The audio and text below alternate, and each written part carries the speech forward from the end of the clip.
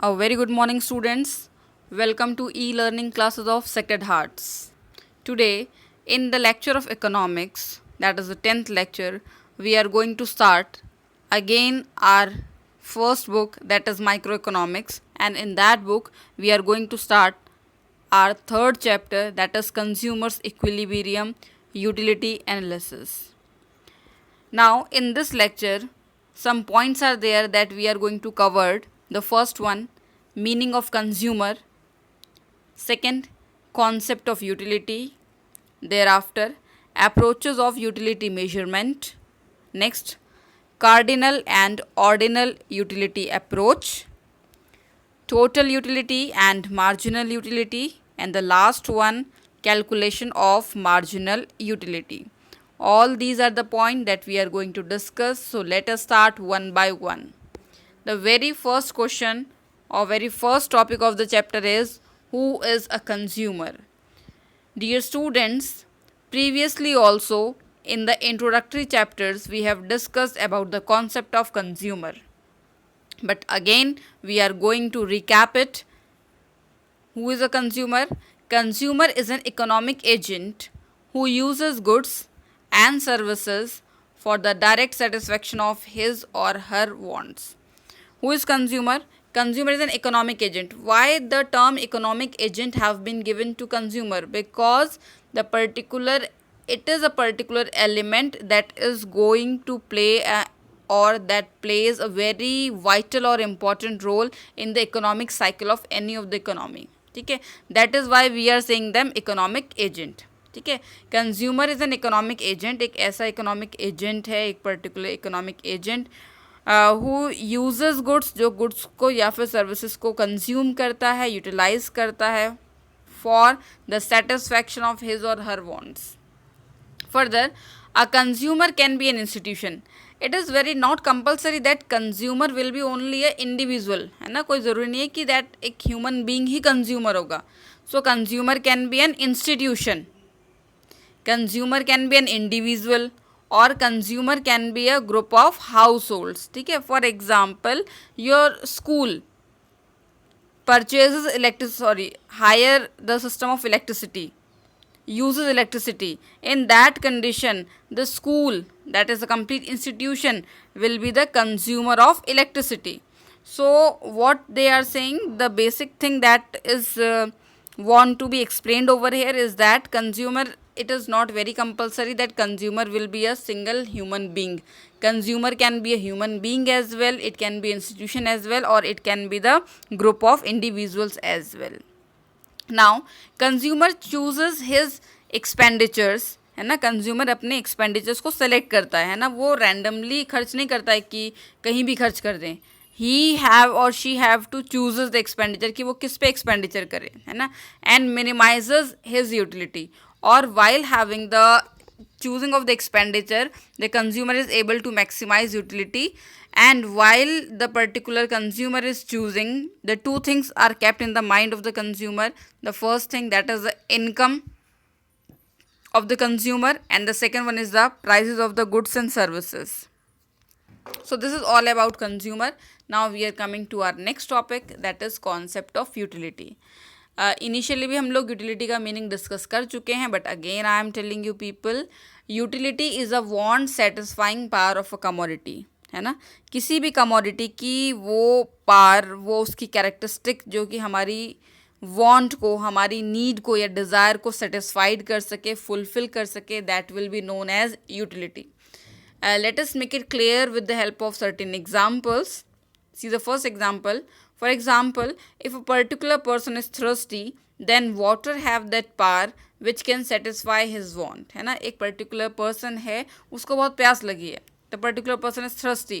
In that condition, a lot of goods are available nearby him, है ना. बहुत से goods available होंगे. But in this condition, when the particular person is thirsty, only water have that power, है ना. water के अंदर वो power है कि जो उसकी थ्रस्टीनेस है उसे क्या कर सके, फुलफिल कर सके. So this is the utility. Second example we are seeing here, a particular person is hungry. In that condition, food has that power which can satisfy his want. एक और एग्जाम्पल ले रहे हैं, एक पर्टिकुलर पर्सन है, भूखा है, hungry है, in that condition the food और the eatables have that power that can satisfy his hunger. ठीक है, आप एग्जाम्पल में देख भी सकते हैं। ठीक है, सो दिस पावर इज कंसिडर्ड, ये जो पावर हमने बात करी, चाहे हम लोग वो वाटर ड्रिंकिंग कंडीशन में बात करें, चाहे हम लोग फूड इनटेक कंडीशन में बात करें, so this power is considered as utility in the terms of economics, है ना। अगर इकोनॉमिक्स के टर्म में हम लोग बात करें तो इस पावर को हम लोग क्या बोलते हैं बेटा, यूटिलिटी बोलते हैं। ठीक है, now moving ahead to the next topic that is measurement of utility. अब ये जो यूटिलिटी की बात हमने करी कि want satisfying power is the utility, now we are going to discuss some certain concept of utility, है ना। The very first concept is cardinal measurement of utility.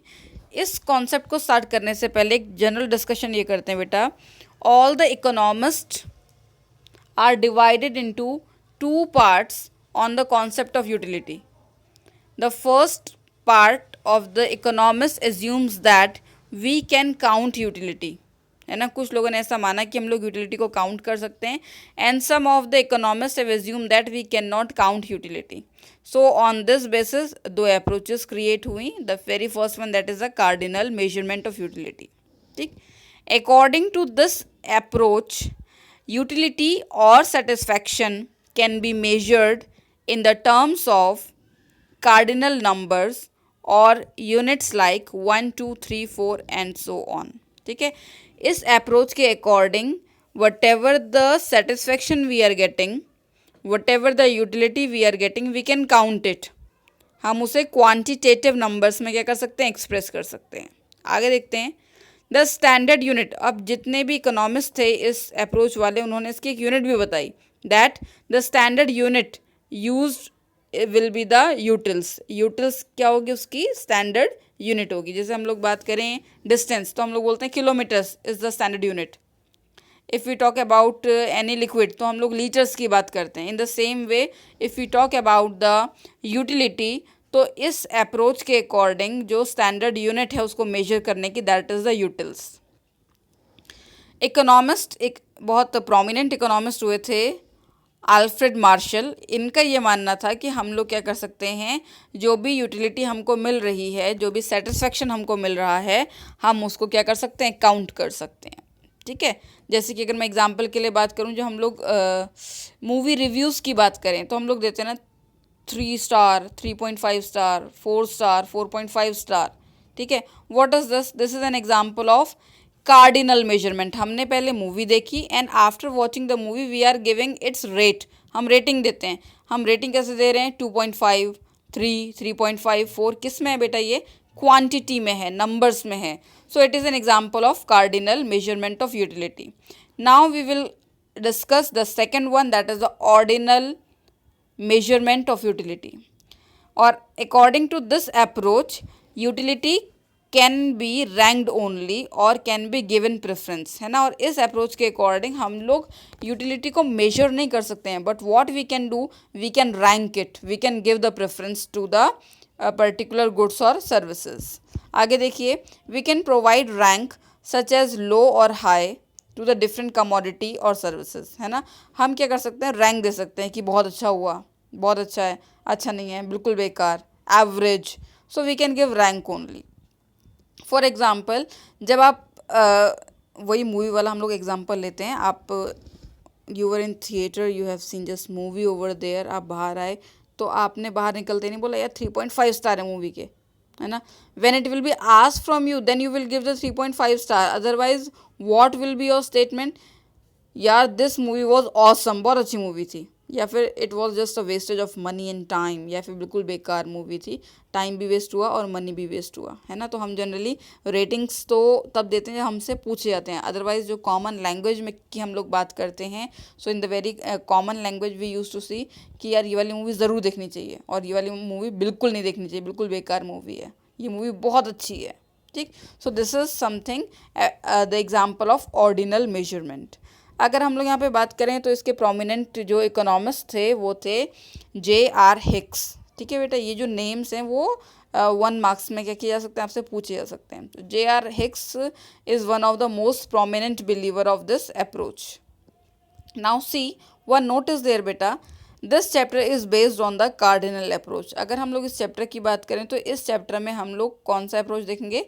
Cardinal approach, जिसके अकॉर्डिंग हम लोग यूटिलिटी को क्या कर सकते हैं? काउंट कर सकते हैं in the quantitative numbers.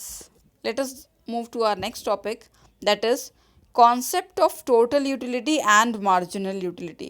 If we talk about utility, then it can be classified into two utility. The first one total utility and the second one is the marginal utility. Let us discuss them one by one. What is total utility? It is the sum total of utility derived from the consumption of all the units of a commodity.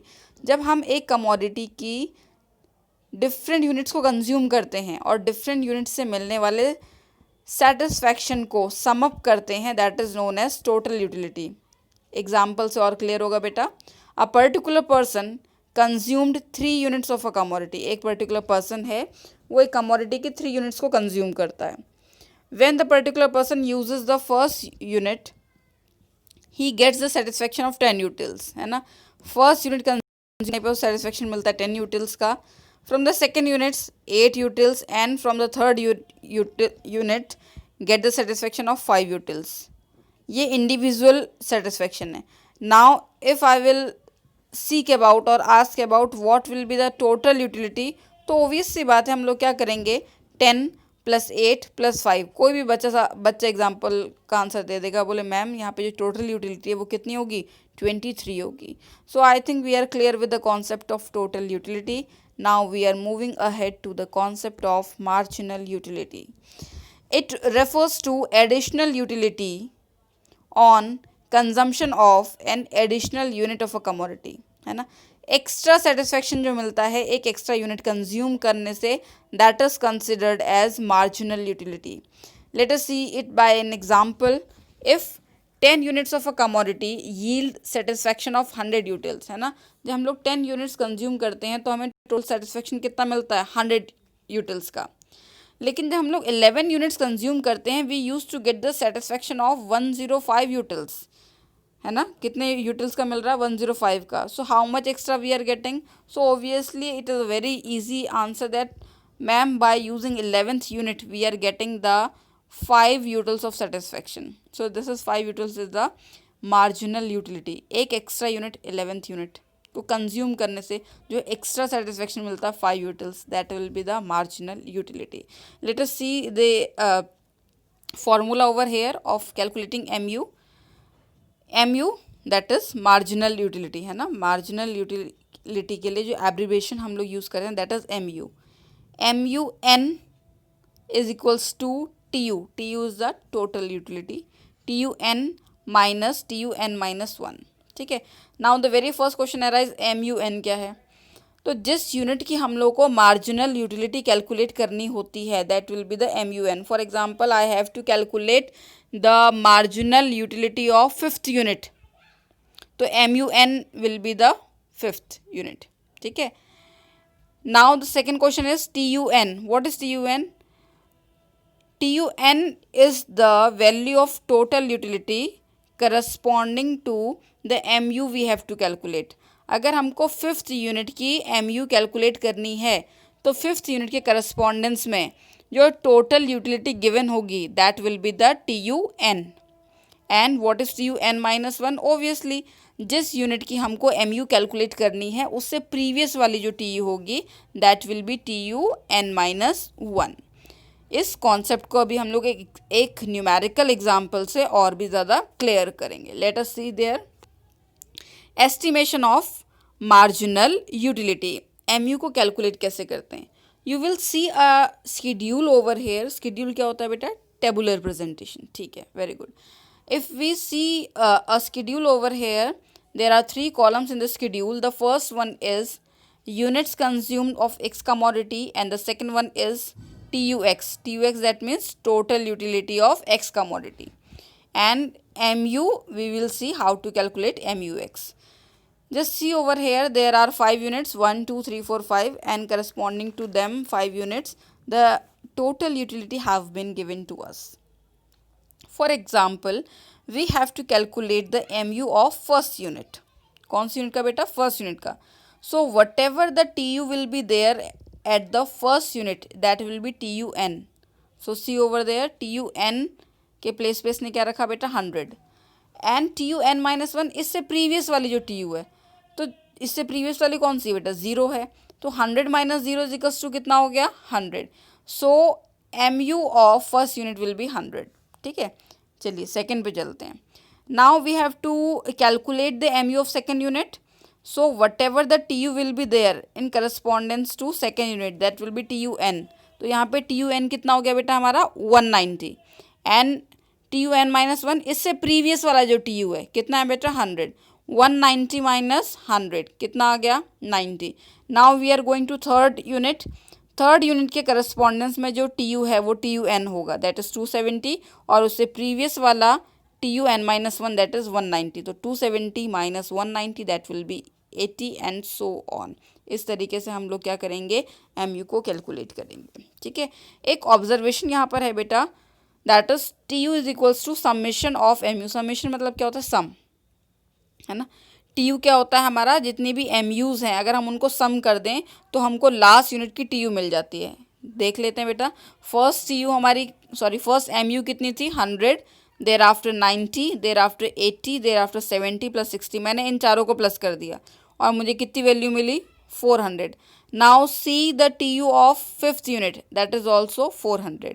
So this is the observation that whatever the summation of MU will be there, that will be always equals to the value of last TU.